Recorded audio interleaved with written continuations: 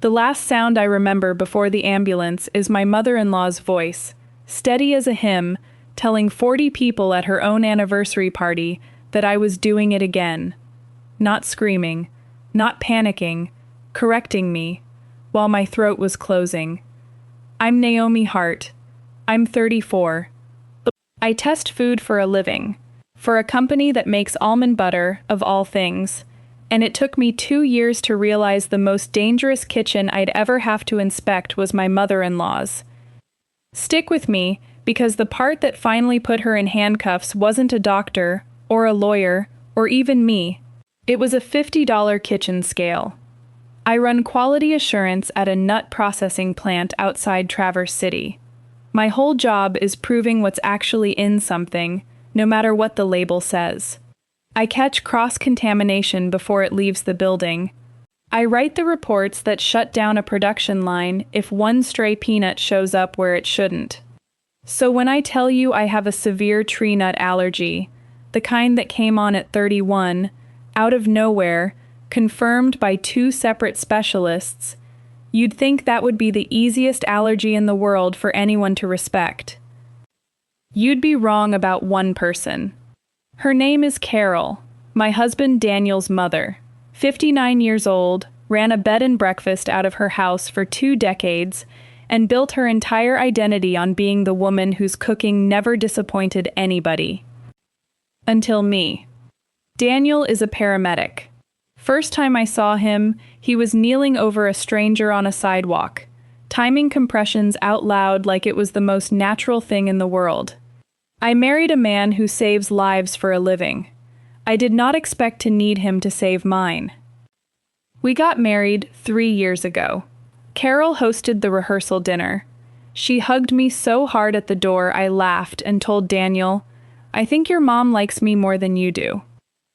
I want you to hold on to that moment, because it's the last time I got her completely wrong.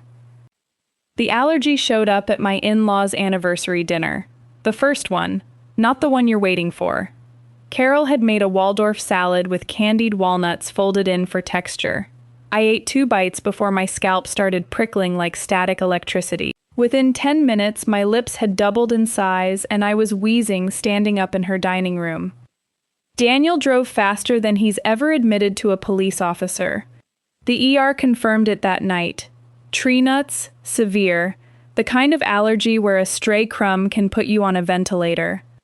Here's the detail that should have been a warning, and I missed it completely at the time. When the doctor explained all this to Carol, she nodded along, asked good questions, sounded like the most concerned mother-in-law in Michigan. Then she said one sentence that I wrote off as a joke. "Well, in my kitchen, 40 years, and nobody's ever had a real allergy. Just fussy stomachs." I laughed. Daniel laughed. We didn't know yet that we'd just heard her thesis statement. For a year, it seemed fine. I brought my own dishes to family dinners.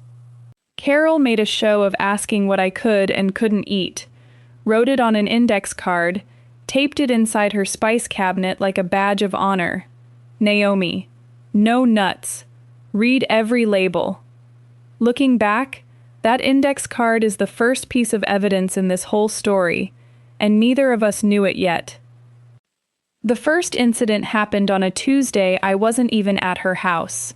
Carol sent home a container of banana bread with Daniel. For Naomi, she works so hard. I ate 1 slice at our kitchen counter. 15 minutes later, I was in our bathroom with hives climbing my neck, gripping the sink, telling myself it was stress. I logged it in my phone out of pure professional habit. The same habit that catches contamination at work. Date, product, symptom onset, severity. If you'd looked at my notes app, you'd have thought I was still at the plant. I had no idea I was building a case file on my own family. 6 weeks later, different dish, same story. Then again at Thanksgiving. A nut-free pie that put me on the bathroom floor holding my EpiPen, deciding minute by minute whether I needed to use it. Each time, Carol had an explanation ready before I'd even finished describing the symptoms. Old ovens carry flavor. Honey, that's all it is. You've always been sensitive. Your generation is sensitive about everything. I promise you, sweetheart, it's stress talking. And every single time, Daniel's sister Renee backed her up with the same line, like they'd rehearsed it. Nobody in this family has ever had an allergy like that. Not once, in 40 years. I started counting the incidents. 4 in 8 months, all tracing back to food Carol had personally made or personally handed me. I told myself I was being paranoid. Then I remembered, paranoid isn't a word we use at the plant. We use flagged. And 4 flagged incidents from the same source is not paranoia. It's a pattern nobody wants to admit they're seeing. Here's where most people would have just stopped eating anything from that house. I did that too. Eventually. But first, I did something Carol never expected from me. I asked to see her pantry. Not suspiciously. I framed it as helping her reorganize before a holiday. While I was in there, I found something odd. A small, unmarked tin, tucked behind her baking soda, with a fine, oily, slightly sweet smell I recognized instantly from the plant floor. Ground almond, concentrated. The kind you'd use in a professional kitchen to flavor something without a single visible nut in it. Carol kept insisting for years she never used nuts in her kitchen, never bought them, wouldn't have the smell in her house. My hands went cold, but the QA training kicked in before the fear did. You don't move suspected contamination. You document it exactly where it sits. I photographed the tin, the shelf, the angle, time-stamped the way I document a line deviation at work. Then I put it back exactly as I found it. 9 days later, it was gone. I told Daniel. He did what loyal sons do. He found the kindest possible explanation and held on to it with both hands. Maybe it's old, Naomi. Maybe it's from a recipe she stopped making. I couldn't prove otherwise, not yet, so I did what I do professionally when I suspect contamination but can't prove intent. I started controlling variables. I brought every single dish I ate at that house myself.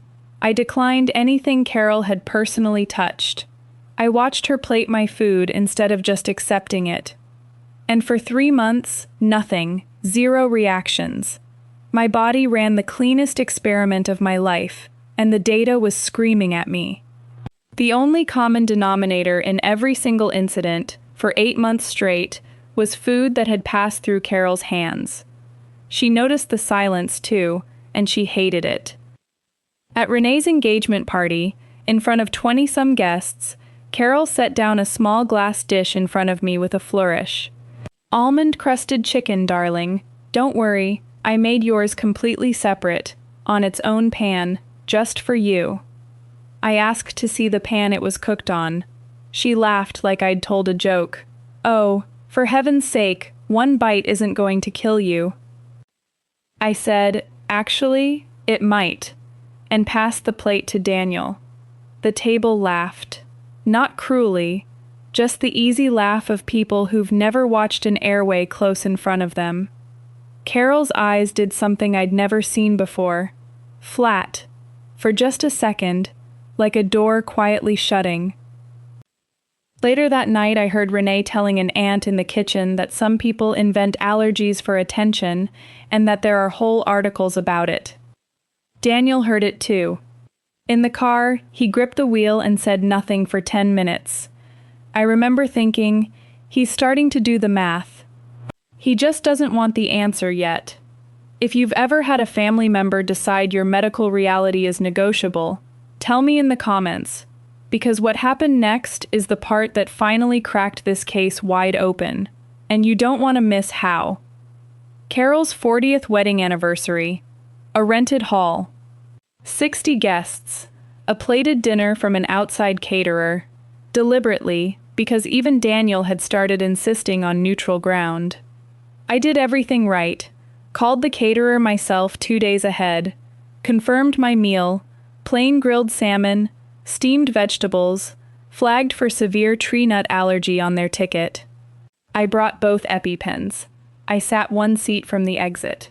40 minutes in, Carol stood up, dabbed her eyes theatrically, and announced she wanted to personally check on the dessert, because a 40th anniversary only happens once. Sweet. Sentimental. Nobody thought twice. Through the open kitchen doors, you could see the pass, the long steel counter where finished plates wait under heat lamps before servers carry them out. I watched her walk up to it, chat with a young server, laugh at something, pat his arm. 11 seconds. That's how long his back was turned refilling a tray. I didn't see what happened in those 11 seconds. Not yet. But I'd find out exactly what happened in those 11 seconds 2 weeks later, and it would change everything. She came back out beaming, carrying one plate herself, high and careful. I told them, nobody touches my daughter-in-law's food but me. She set it down in front of me with a squeeze of my shoulder. Plain salmon, steamed vegetables. Exactly what I'd ordered. I ate it because it came from a professional kitchen, off a ticket I'd flagged myself, carried past 40 witnesses. 90 seconds later, my tongue felt like it belonged to someone else. I said, loud and flat, the way we train people to say it, Daniel, allergy, call 911. I got the first EpiPen into my thigh before my hands stopped working right. The room turned into chaos. Chairs scraping, someone's glass shattering, Renee saying, "Oh my God," on a loop. I got myself flat on the floor, legs propped up, the way you're taught, because passing out standing up is how people crack their skulls. And above the noise, I heard Carol's voice. Not panicked, corrective. She does this. Everyone stay calm. It's psychological. Watch, she'll be fine in a minute. 60 people heard my mother-in-law diagnose me from a standing position, while my lips went blue. An off-duty nurse 3 tables over shoved through the crowd, took one look at me, and snapped, "That's anaphylaxis. Either help or be quiet." 5 minutes later, still no improvement, I lifted 2 fingers, our signal, and Daniel put the second injector in my other thigh without a word. Paramedics came through in a wall of navy and oxygen masks. As they wheeled me out, the last thing I saw was a small black security camera, bolted above the pass, pointed directly at that steel counter. If a story like this is holding your attention the way that room held its breath, stay with me. Because what that camera actually recorded is the part nobody in my family saw coming. I spent that night in the ICU. Blood pressure in the basement, epinephrine drip running, the slow, watchful hours after, because severe reactions have a habit of circling back hours later, right when everyone relaxes. They drew blood early for something called serum tryptase, an enzyme your body only releases during a genuine, physical allergic reaction. There is no stress response on Earth, no anxiety, no psychological episode that raises that number. Mine came back off the charts. Daniel sat in the chair beside my bed at 3 in the morning and finally did the math out loud. The banana bread, the pie, the unmarked tin, his mother's voice over my body on that restaurant floor, steady as a metronome. "Tell me what you need me to do," he said. "Go home," I told him. "Bring me my phone. Everything's logged." The next morning, I called the police non-emergency line and reported a suspected deliberate poisoning. Detective Ferris came to my room that afternoon, unhurried eyes, the kind that have heard everything twice. I gave my statement the way I write an incident report at work. Clean, chronological, no adjectives. Item 1. Request the security footage from the venue's kitchen camera before the system overwrites it. Most cycle out in 30 days. Item 2. The caterer likely bagged the leftover plate for their own liability. Request it be sent to a lab. Item 3. 8 months of logged incidents on my phone. Dates, dishes, symptoms, Who prepared each one? Item 4. A missing unmarked tin that had, until 9 days after I photographed it, sat behind the baking soda in a kitchen its owner swore for years had never touched a nut. Detective Ferris looked up from my notes halfway through. You documented all of this yourself? It's my job, I said. I just didn't know I'd be the product being tested. 2 days later, my phone rang. Her voice had changed. You need to come see this. They sat me down with a laptop. There's the pass, sharper in color than I expected. There's the young server. There's Carol, drifting up in her good dress like she owns the place, chatting, pointing toward the reception hall, laughing at something he said. Then he turns away to grab a tray, and I watch my mother-in-law open her handbag, take out a small glass vial, and pour a thin, careful stream over the plate at the end of the counter. My plate, the one flagged with an allergy ticket clipped to the edge. She takes a spoon from the counter setup and smooths the liquid evenly across the salmon, the way you'd glaze a ham. Sets the spoon down, picks up the plate, smiles her way back toward the reception hall to deliver it to me herself. 11 seconds, start to finish. The lab results came back that same week. The salmon was saturated with concentrated almond protein, not trace amounts, not something that drifts in from a shared pan. Concentrated, deliberate. The analyst's note read, in the driest language imaginable, not consistent with incidental exposure. Detective Ferris had enough for a warrant on Carol's house. They executed it on a Thursday morning. She served the officers coffee, certain they'd come to hear her side of things. What they found, tucked inside a recipe box under decades of index cards, was a spiral notebook. Dated entries going back over a year. Dish, delivery method, amount used, and a final column labeled, in her own handwriting, result. Mild reaction, left early. Dramatic performance for Daniel. Nothing visible, proving my point. On the very first page, underlined twice, she is lying to my son. I'm going to prove it. They also found the missing tin. Not thrown away. Moved to her dresser drawer, next to her jewelry and old photographs. Because people who do this don't discard their instruments. They keep them like trophies. She was arrested that morning. Attempted murder plus food contamination charges. Out on bail within days, with a no-contact order that ran in exactly one direction, toward me. 3 days later, an email arrived to the entire family, Carol included in the send list. Subject line, family meeting, clearing up this misunderstanding. She had just violated her own no-contact order in writing, CCing 14 people, before her coffee went cold. Detective Ferris's advice was simple. She's going to hold that meeting whether you're there or not. And a woman who kept a notebook that detailed cannot help herself in front of an audience. Let her talk. Everyone in that room becomes a witness. 14 relatives on the good furniture. Carol opened with tears. Real ones. She could produce them on command. About a devoted mother being humiliated over one silly rash. Renee sat frozen by the window. Then Carol made the mistake she'd been making her entire life. She needed to win the room, not just survive it. She turned to me, hand outstretched, trembling on cue. Go on, show them one shred of real proof. Just one. I didn't raise my voice. I didn't stand. I opened a folder and set 3 pieces of paper on the coffee table, one at a time.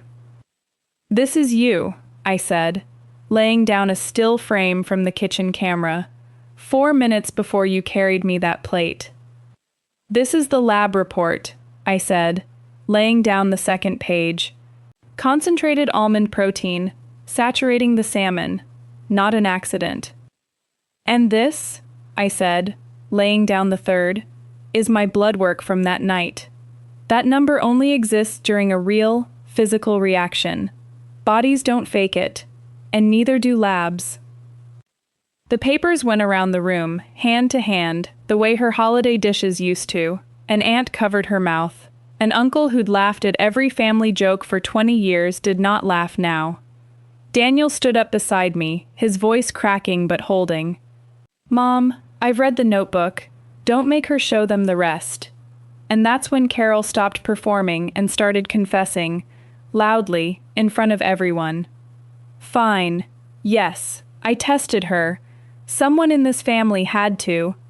She walked in here with her pens and her pills and her rules, and my son looked at her like she hung the moon, and nobody else had the nerve to ask real questions. Renee whispered, "Mom, stop," in a voice with no air behind it. Carol didn't stop. And you know what I proved? If that allergy were real, she'd have died the first year. I was careful. I measured every dose. That's not murder. That's science. I looked at her from my chair and said the only thing left to say. "You wrote it down, Carol. Every dose, every date, in your own handwriting. It was never in my head.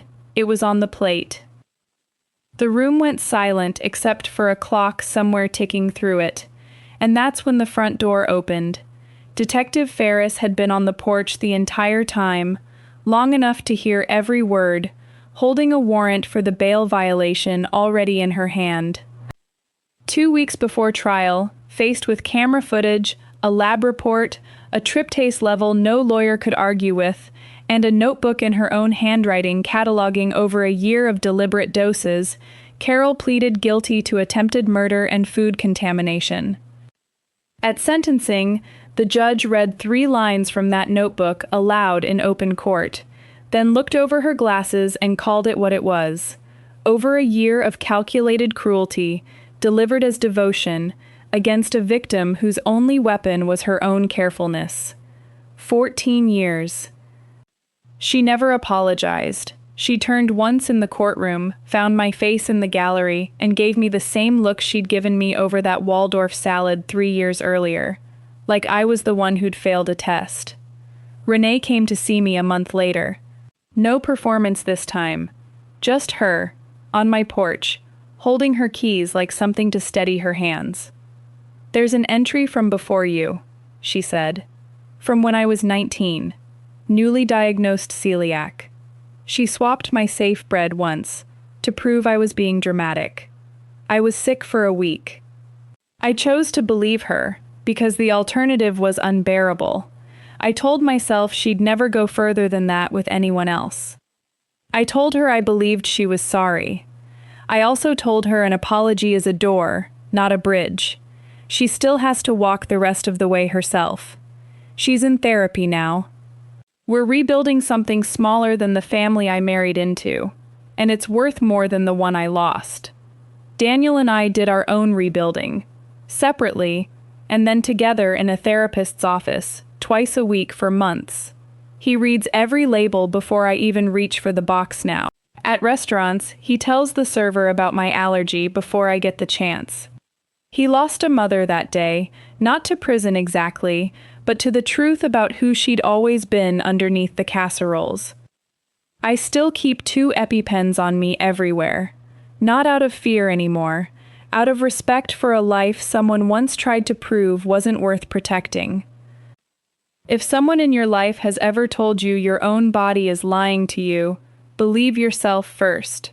Write it down. Keep the receipts. Because love that requires you to risk your life to prove it's real was never love. It was control, wearing an apron.